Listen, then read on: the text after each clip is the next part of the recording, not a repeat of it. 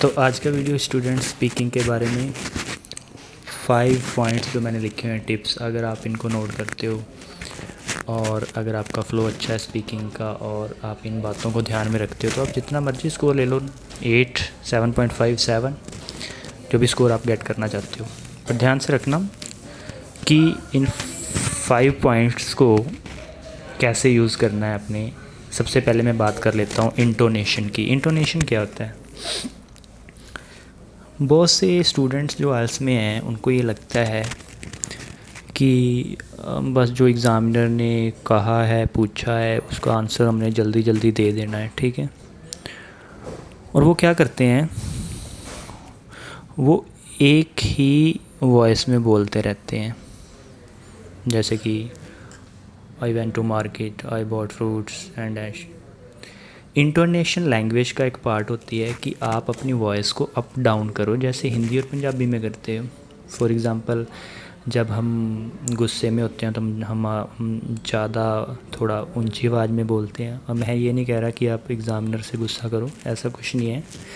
मैं कह रहा हूँ कि कुछ शो तो करो कि हम नेचुरल स्पीकर हो, कि जैसे कि पूछा गया है डू यू लाइक चॉकलेट्स, तो आंसर है actually yes I really love chocolates. तो चॉकलेट वर्ड अप पे बोला गया है, तो फिर देन उसके बाद थोड़ा लोअर पे। जैसे हम लोगों से बात करते हैं, हमारी वॉइस पिच हमेशा ही सारा दिन एक ही लेवल पे नहीं रहती, वो तो क्रैमिंग लग जाएगी ना।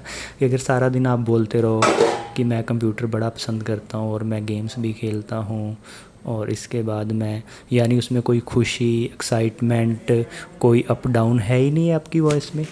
तो प्लीज़ सारी स्पीकिंग में नहीं तो एक बार पार्ट 1 में, एक बार क्यू कार्ड में 2 बार और एक बार फॉलोअप्स में अपनी वॉइस पिच को अप डाउन और लोअर पे ज़रूर लेके जाएं किसी ना किसी क्वेश्चन में, ठीक है। इंटोनेशन बहुत ज़्यादा रोल प्ले करती है और 0.5 बैंड इंटोनेशन के होते हैं स्पीकिंग में। अगर आपने 3-4 बार अप डाउन, तो मुश्किल काम नहीं है, आप सारा दिन तो अप डाउन बोलते हो हिंदी पंजाबी में, ठीक है। नंबर 2 है आस्क द एग्ज़ामिनर्स।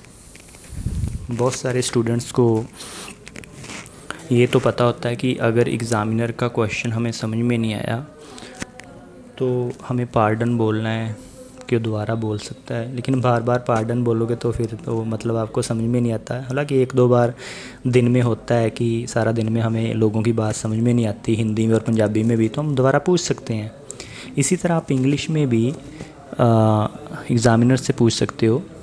अगर आपको कोई क्वेश्चन समझ में नहीं आता तो आप पार्डन बोल सकते हो और रिपीट कर देंगे, ठीक है। लेकिन बार बार नहीं होता ऐसा। और जो बात आपको पता नहीं है वो ये है,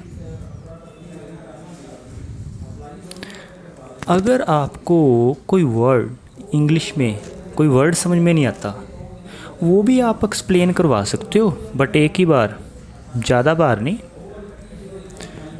जैसे एग्ज़ामिनर, हालांकि ऐसा नहीं होता, स्पीकिंग के क्वेश्चन में सिंपल इंग्लिश यूज़ की जाती है, कॉम्प्लिकेटेड और कॉम्प्लेक्स नहीं होते वो कैब्स।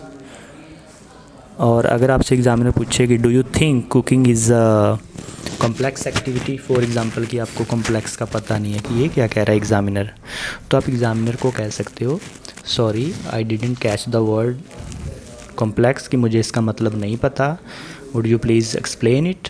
क्या आप एक्सप्लेन करोगे? हाँ, वो आपके बैंड नहीं काटेंगे, वो एक्सप्लेन कर देंगे कि इसका मतलब होता है मुश्किल, वो आपको इंग्लिश में एक्सप्लेन कर देंगे। ये बहुत स्टूडेंट को कम को पता है। वो स्टूडेंट को सिर्फ इतना पता है कि हम क्वेश्चन रिपीट करवा सकते हैं, हम कोई वर्ड समझ में नहीं आया उसको भी पूछ सकते हैं, बट एक ही बार, ज़्यादा नहीं होना चाहिए ऐसा कि आप बार बार पूछ रहे हो, ठीक है।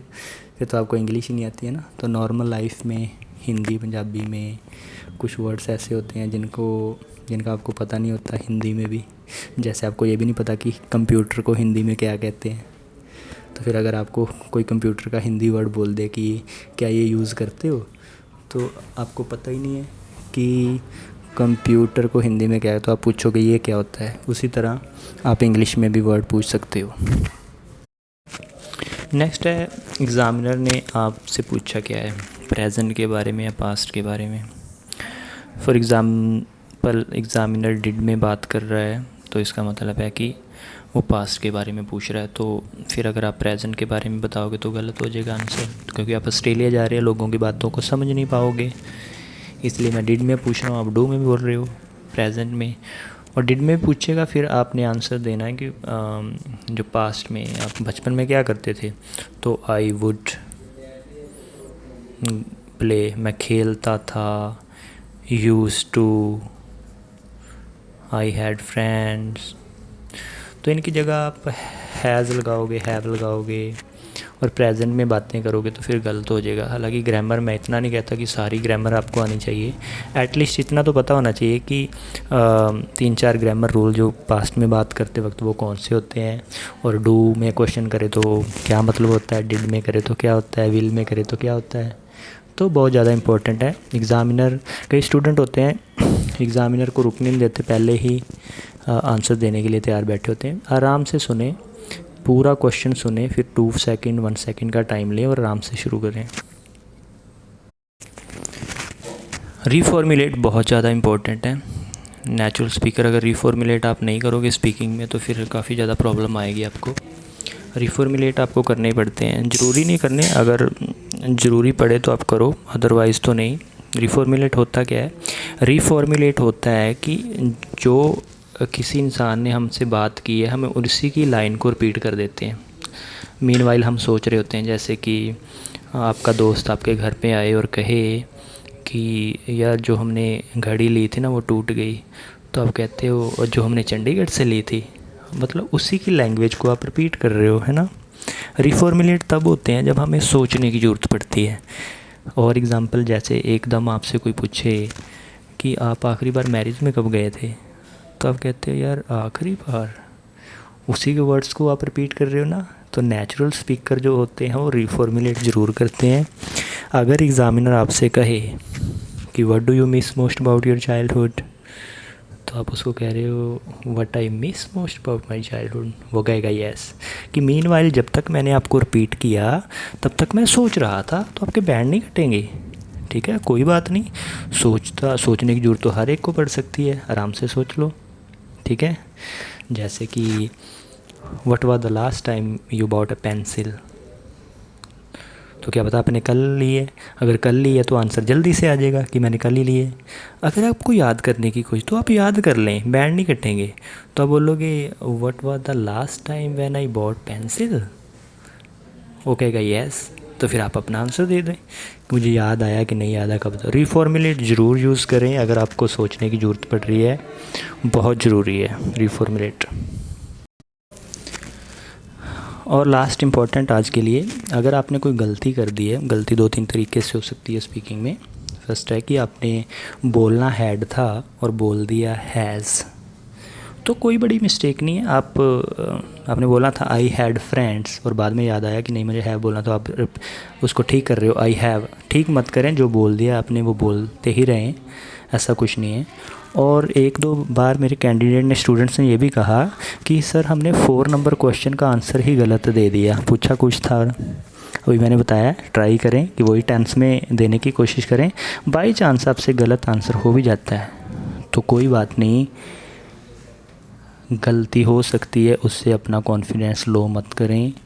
ठीक है, हम हिंदी और पंजाबी में भी हर दिन लोगों को 1-2 बात कह देते हैं और बाद में कहते हैं यार मैंने गलत कह दिए। ठीक है, ये एक लैंग्वेज का पार्ट है। हाँ, गलती तब मानी जाएगी अगर आप बार बार क्वेश्चन का गलत जवाब दे रहे हो।